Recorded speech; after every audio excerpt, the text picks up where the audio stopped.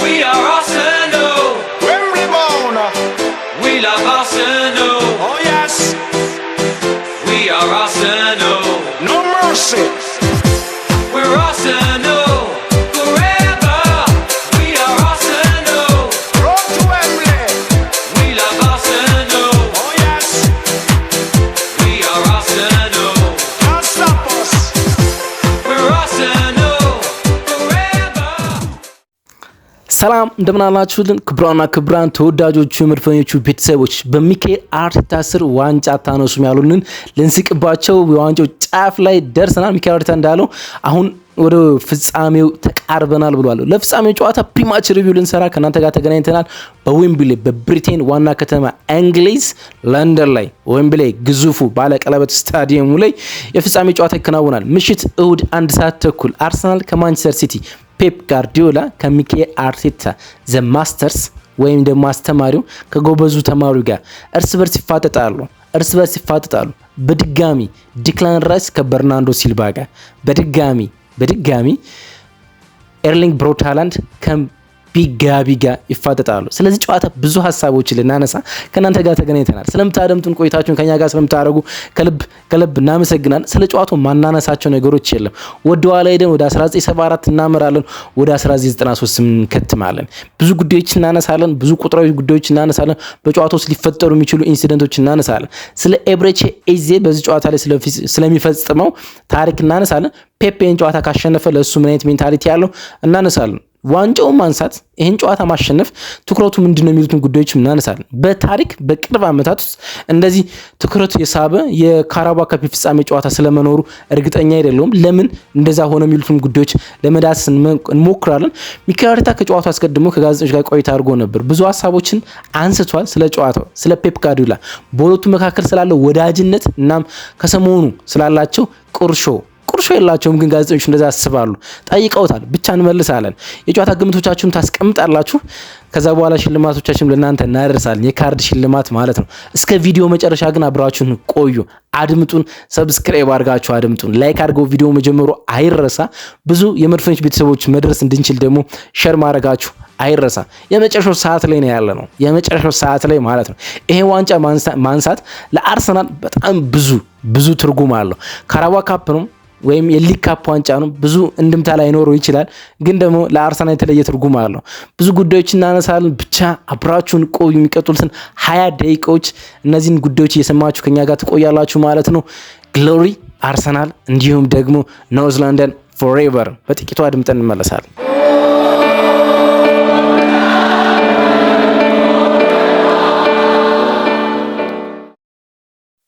ዘ ፋይናል ወደ ዌምብሌ እናመራለን። በመጨረሻ ሚካኤል አርቴታና የአርሰናል ጦር ትረስ ዘ ፕሮሰስ ያሉትን ፕሮሰስ የመጨረሻው ምዕራፍ ሊጀምሩ የመጀመሪያ ጨዋታ ያከናውናሉ።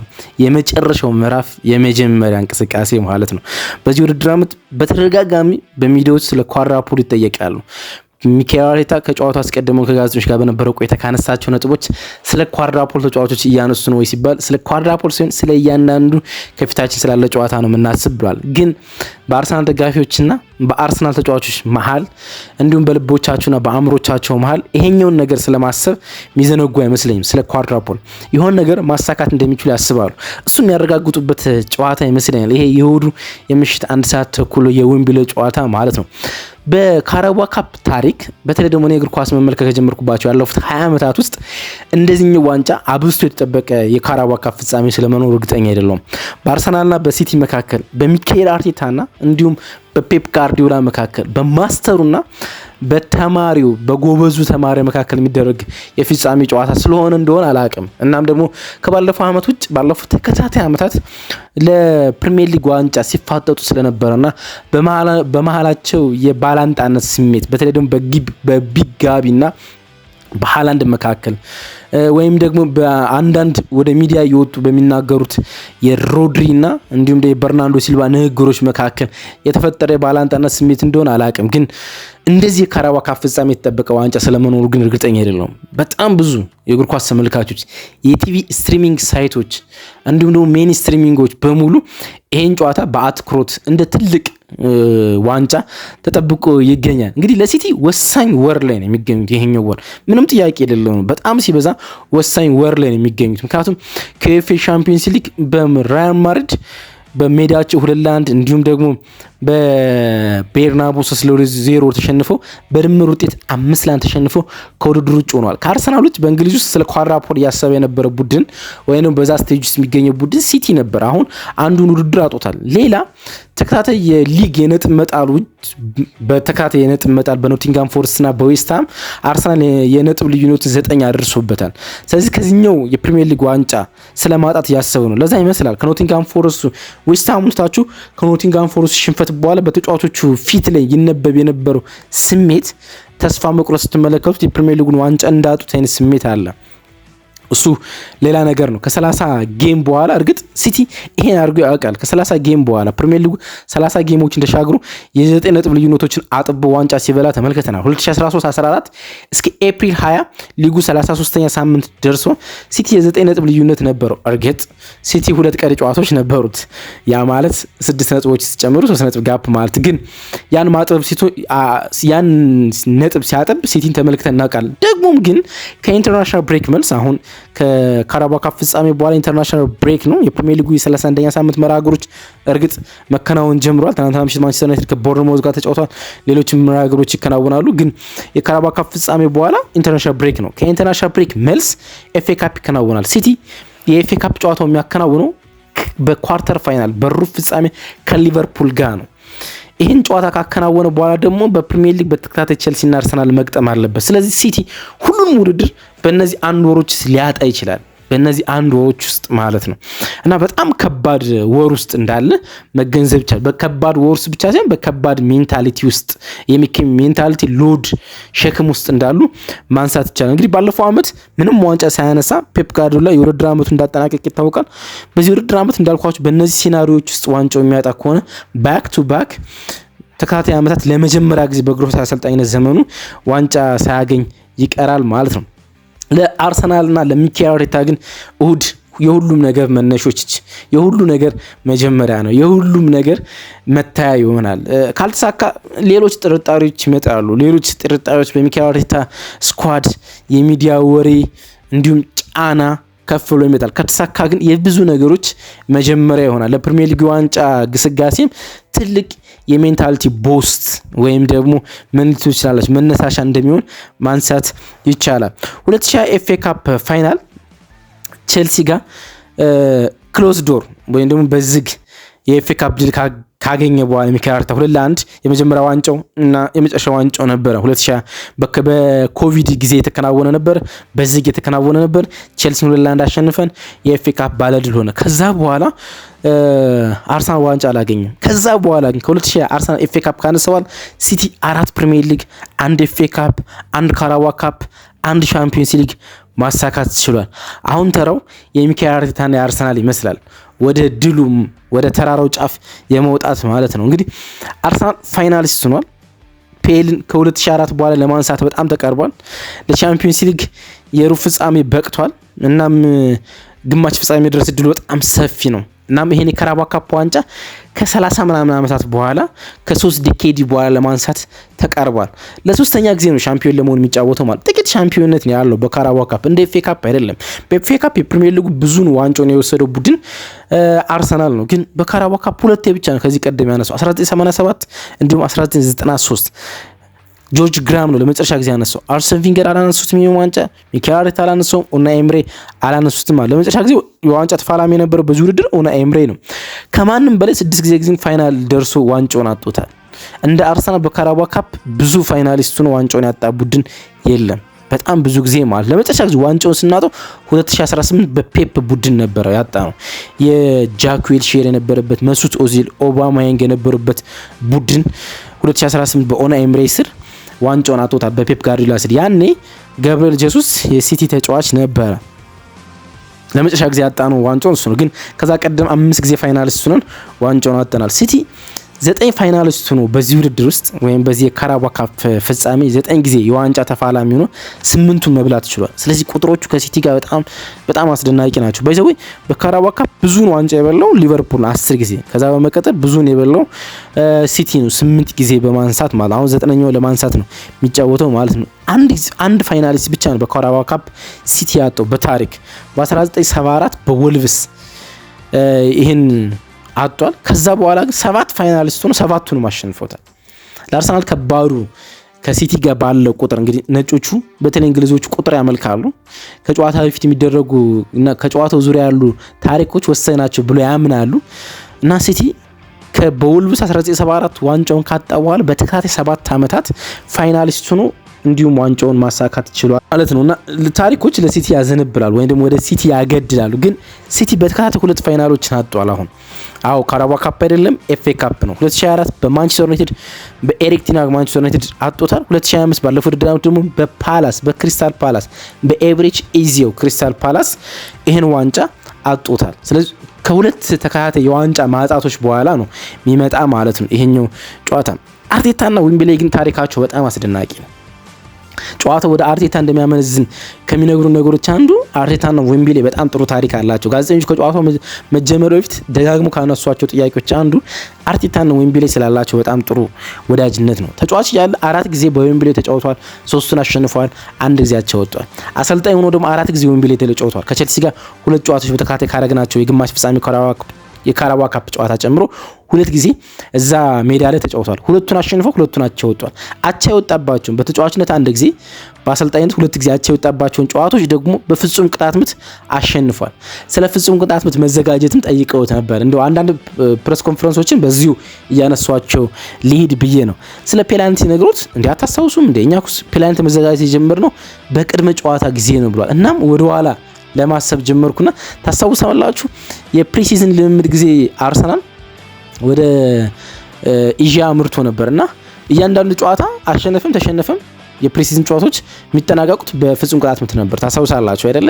አሜሪካም እንደዛም ማለት ነው በፍጹም ቅጣት ምት ነበርና እኛ እኮ ፍጹም ቅጣት ምቶችን መለማመድ የጀመረው ከውድድር ዓመቱ መጀመሪያ ነው ብሎ ሊያስታውሳቸው መጣ። ለዚህ ዋንጫ ብቻ አይደለም ሲል ሊያስታውሳቸው መከረ። ለሲቲ አንድ መልካም ነገር አለ። ሃላንድ ጎል ወደ ማስቆጠር ተመልሷል። ከረጅም ጊዜ ጎል ያለማስቆጠር በተለይም ከክፍት ጨዋታ ጎል ያለማስቆጠር እንቅስቃሴ በኋላ በማድሪድ ላይ ባለፈው ጎል አስቆጥሯል። እሱ ለነሱ በጣም መልካም ይሆናል ብዬ አስባለሁ። ያለፉት 3 ጌም አስቆጥሮብናል እኛ ጋር ያለፉት 3 የመጨረሻ ከአርሰናል ጋር የነበሩ ጨዋታዎች ሃላንድ ጎል አስቆጥሯል። በጣም ይደንቀኝ እሱ ነው። እንግዲህ አንዳንድ በጣም ኮንትሮል አድርጎት ያመሻሉ ሳሊባና ጋቢ ማጋለሽ ማለት አንዳንዴ ደግሞ በጣም ሲጫወትባቸው እንመለከታለን። በተለይ ባለፈው ኤምሬት በነበረውን አንዳቻ በተጠናቀቀ ጨዋታ ላይ ጎል ያስቆጠረበት መንገድ ፍጹም ያበሳጭ ነው። ጋቢ ማጋለሽ ስፔስ የፈቀደበት መንገድ፣ ዊሊያም ሳሊባ መጨረሻ ላይ እሱን ኮንትሮል ለማድረግ የተሳነበት መንገድ ያናዳል። ግን ለአርሰናል መልካሙ ነገር ባለፉት 6 የዌምብሌ ጨዋታዎች ኤርሊንግ ብሮት ሃላንድ ጎል አላስቆጠረም። ደግሞዋል ወደ ዌምብሌ የመጣው 6 ጨዋታ ሆኖታል ጎል ሳያስቆጥር ከቀረ ማለት እሱ በጣም መልካሙ ጉዳይ ይመስለኛል። አንዳንድ ተጫዋቾችን እናንሳ እስኪ። ገብርኤል ጄሱስ እንግዲህ ባለፈው ሲቲ ተጫዋች በነበረበት ጊዜ 2018 ፋይናል ላይ ከአርሰናል ጋር ተጫውቷል። እናም በታሪክ የመጀመሪያው ተጫዋች ሆኗል። ለሁለት ቡድኖች በጨዋታው ውስጥ የመሰለፍ እድሉ በጣም ጠባብ ነው ተቀይሮ የሚገባ ካልሆነ፣ ግን ለሁለት ቡድኖች ፋይናል ላይ ተጫወተ። ካራባኦ ካፕ ፋይናል ላይ ተጫወተ የመጀመሪያው ተጫዋች ሆኗል። 2018 ሲቲን ከአርሰናል ገጠመ ሲቲ ተጫዋች ሆኖ አሁን 2026 ደግሞ የአርሰናል ተጫዋች ሆኖ ሲቲን ይገጥማል በፋይናል ማለት ነው። ለገብርኤል ሱስ ይሄኛው ታሪክ አለ። ጎል ካስቆጠሩብን ተጫዋቾች አንዱ ነበር ያኔ 3-0 ሲያሸንፉን ማለት ነው። ኤብሬቺዜ ደግሞ ሌላ ባለ ታሪክ የመሆን እድል ያለው በዚህኛው ጨዋታ ማለት ነው። ምንድነው ካላችሁኝ በኤፍኤ ካፕ ላይ ሲቲ ላይ ጎል አስቆጥሯል ባለፈው ጊዜ ማለት ነው። ኤፍኤል ወይም ደግሞ ካራባኦ ካፕ እና ኤፍኤ ካፕ ላይ አንድ ቡድን ላይ ጎል ያስቆጠረ 3ኛው ተጫዋች ለመሆን ነው በዚህኛው ጨዋታ ላይ የሚጫወተው ማለት ነው። ከዚህ ቀደም ይሄን ታሪክ የፈጸሙ 2 ተጫዋቾች ናቸው። ሮበርቶ ዲማቲዮ የቀድሞ የቼልሲ አሰልጣኝ ተጫዋች በነበረበት ጊዜ ሚድስቦሮ ላይ በኤፍኤ ካፕም በካራባኦ ካፕም ጎል አስቆጥሮ ያውቃል በፋይናል ማለት ነው። ሌላኛው ዲዲየር ድሮግባ የቼልሲው ሌጀንድ ሊቨርፑል ላይ በካራባኦ ካፕም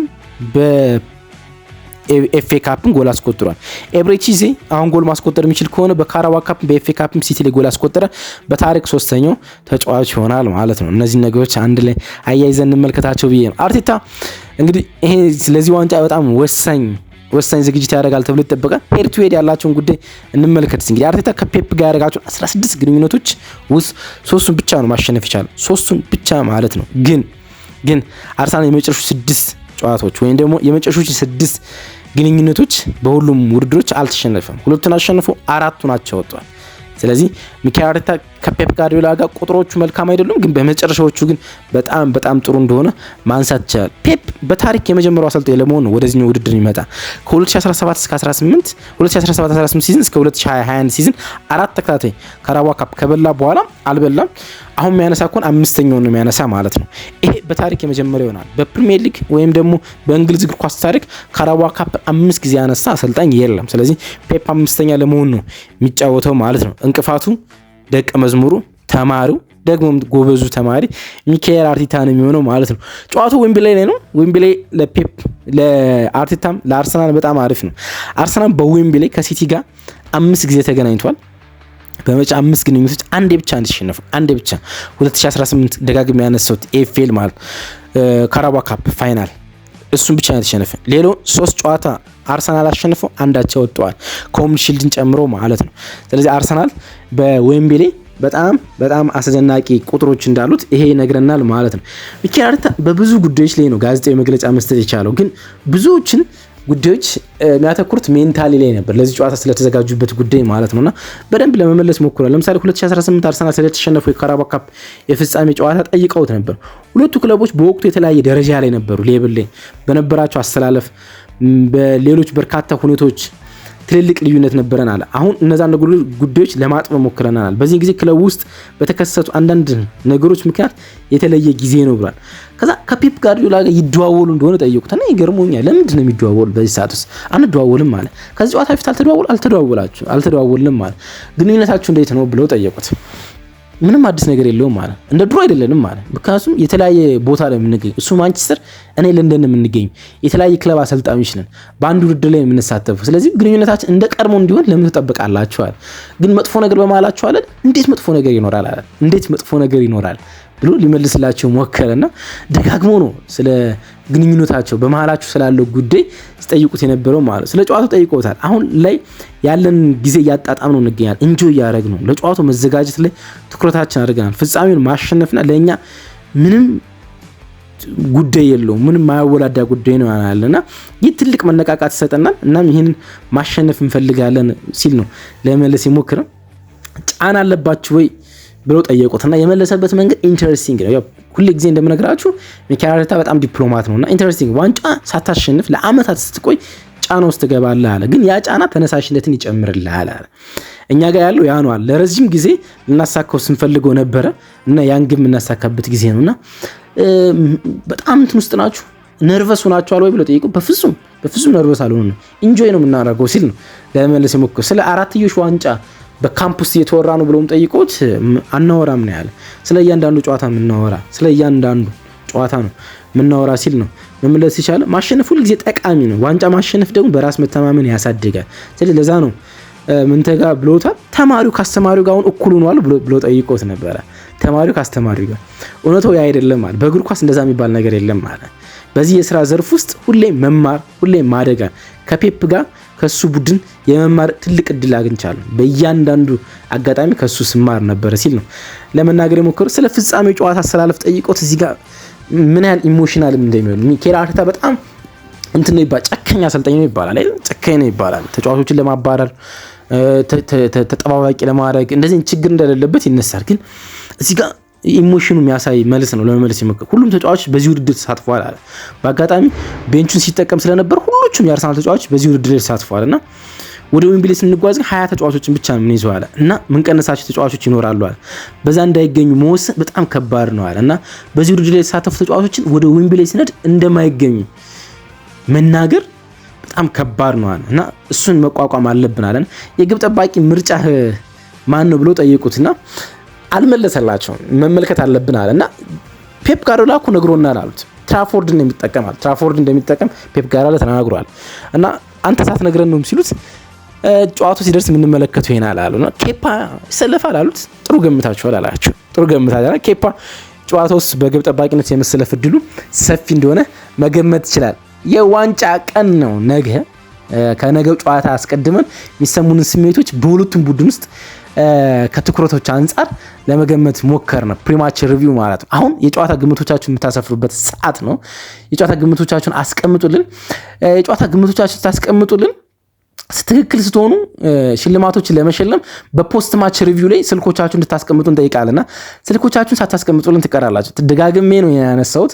ኮሜንት ላይ አንዳንድ ደጋፊዎች ሀሳባችሁን ሲሰነዝሩ ሰምቻለሁ። ግን ፖስት ማች ይሰራሉ አይደል ከጨዋታው መጠናቀቅ በኋላ። ስለዚህ ከጨዋታው መጠናቀቅ በኋላ ፖስት ማች ላይ ገብታችሁስ ትክክል ከሆናችሁ ስልኮቻችሁን አስቀምጡልን ማለት ነው። አሁን ስሞቻችሁን እንዲሁም ከየትኛው ከተማ ግምቶቻችሁን የምታስቀምጡበት ሰዓት ላይ ደርሰናል። አስቀምጡልን። እስካሁን አብራችሁ ስለነበራችሁ ከልብ አመሰግናለሁ። እወዳችኋለሁ። ባይ። ነገ በሌላ ቪዲዮ እገናኛለሁ።